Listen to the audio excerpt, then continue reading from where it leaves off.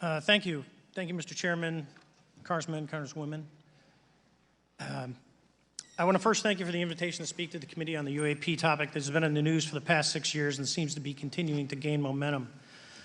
As you know, my name is David Fravor. I'm a retired commander in the United States Navy. In 2004, I was a commanding officer of Strike Fighter Squadron 41, the world-famous Black Aces.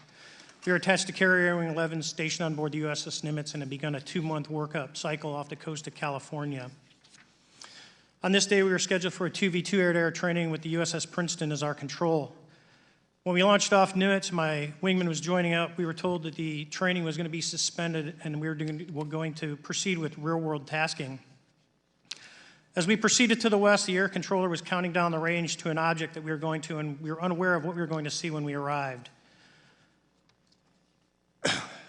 The controller had told us that these objects had been observed for over 2 weeks, coming down from over 80,000 feet, rapidly descending to 20,000 feet, hanging out for hours, and then going straight back up. For those who don't realize, above 80,000 feet is space. We arrived at the location at approximately 20,000 feet, and the controller called merge plot, which means that our radar blip was now in the same resolution cell as the contact. As we looked around, we noticed that we saw some whitewater off our right side. It's important to note that the weather on this day was as close to perfect as you could ask for off the coast of San Diego. Clear skies, light winds, calm seas, no whitecaps from waves. So the whitewater stood out in a large blue ocean.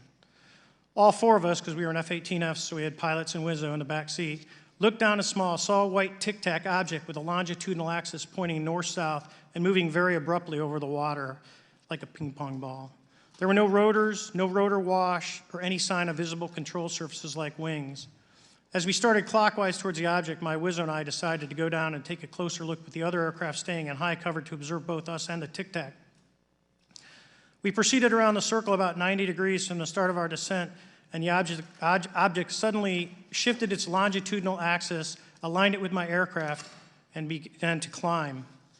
We continued down another 270 degrees, nose low, where the Tic Tac, or we considered 270 degrees to where, and we went nose low to where the Tic Tac would have been. Our altitude at this point was about 15,000 feet, and the Tic Tac was about 12,000. As we pulled nose onto the object, within about a half mile of it, it rapidly accelerated in front of us and disappeared. Our wingmen, roughly 8,000 feet above us, lost contact also. We immediately turned back to see where the whitewater was at, and it was gone also. So as we started to turn back towards the east, the controller came up and said, "Sir, you're not going to believe this, but that thing is at your cap point, roughly 60 miles away in less than a minute. You can calculate the speed." We returned to Nimitz. We were taking off our gear. We were talking to one of my crews that was getting ready to launch. We mentioned it to them, and they went out and luckily got the video that you see, that 90-second video. What you don't see is the radar tape that was never released, and we don't know where it's at, of the active jamming that the object put on an APG-73 radar, and I can get into modes later if you're interested. What is shocking to us is that the incident was never investigated. None of my crew were ever questioned. Tapes were never taken, and after a couple days, it turned into a great story with friends. It wasn't until 2009 until Jay Stratton had contacted me to investigate. Unbeknownst to all, he was part of the ATIP program in the Pentagon led by Lou Elizondo. There was an unofficial official report that came out that's now on the internet. Years later, I was contacted by the other pilot, Alex Dietrich, and asked if I'd been contacted, and I said no, but I'm willing to talk. I was contacted by Mr. Elizondo, and we talked for a short period of time, and he said we'd be in contact. A few weeks after that, I was made aware that Lou had left the Pentagon in protest and joined forces with Tom DeLonge, Chris Mellon, Steve Justice, and others to form Two Stars Academy, an organization that pressed the issue with leading industry experts and U.S. government officials.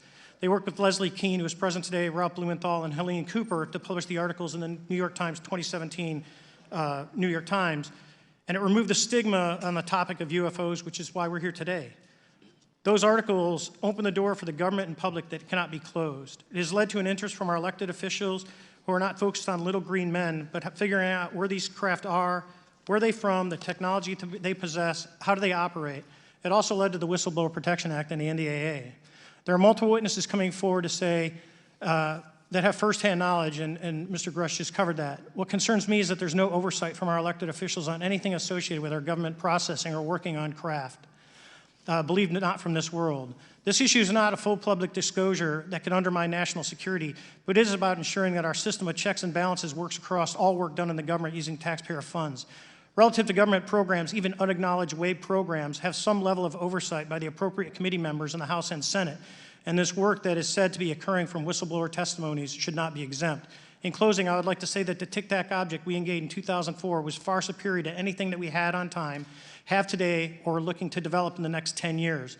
If we in fact have programs that possess this technology, it needs to have oversight from those people that the citizens of this great country elected in office to represent what is best for the United States and best for the citizens. I thank you for your time. Thank you very much.